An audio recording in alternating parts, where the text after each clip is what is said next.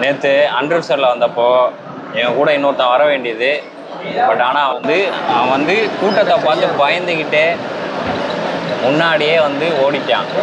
ஏன் ஓடினது மட்டும் இல்லாமல் எங்களுக்கு 3 பேருக்கும் ஃபோனை போட்டு 1 மணி நேரத்துக்கு ஒரு தடவை வெறுப்பேற்றிருந்தான்.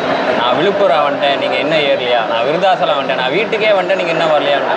அவன் யாருன்னா மாப்பிள்ள நேற்று 3-4 வாட்டி எங்கள் எல்லாருக்கும் ஃபோனை போட்டு வெறுப்பேற்றினியே. நேற்று சீக்கிரம் நீ என்ன பண்ணுன? வீட்டுக்கு என்ன பண்ணுன அப்படின்னா நாட்டை காப்பாற்றவன் ஓட்டுக்காக வந்திருக்கிற. சரி, ஒரு 2 மணி நேரம் வெயிட் பண்ணி தான் எங்கள் கூட வந்திருக்கலாமே.